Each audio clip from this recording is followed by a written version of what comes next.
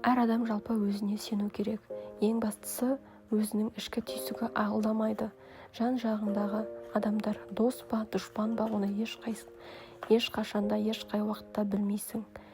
Соның ішінде кейбір әйелдер өмір бойы біреуге сеніп өмір сүреді. Арқамда сүйенішім бар деп ойлайды, бірақ өмір кейде адамды күтпеген жерден сынап кетеді. Бір күні қасыңдағы адам өзгеріп кетуі мүмкін, уәдесін ұмытып кетуі мүмкін, тіпті қиын сәтте жаныңнан табылмауы да мүмкін.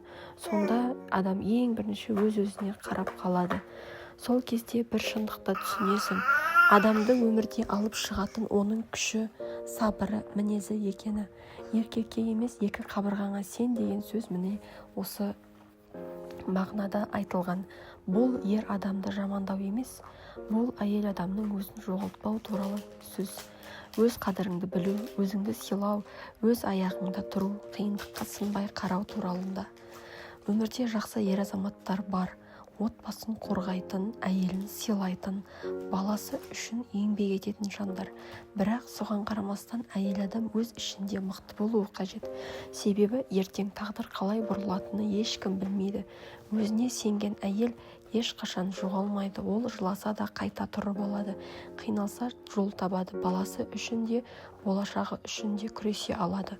Оның күші сабырында, ал байлығы ақылында демек. Сондықтан өмірде біреуге толық қана байланып қалмай, ең алдымен өзіңді дамыту маңызды. Білім алу, еңбек ету, өзіңе сену. Әйелдің ең қорғаны екені. Өйткені адамды ең қиын күндерде алып шығатын оның жүрегі мен өзіндік қайраты екен. Тыңдағандарыңызға рахмет. Каналға тіркеліп, комментарий жазып, лайк басып кетіңіздер. Сау болыңыздар.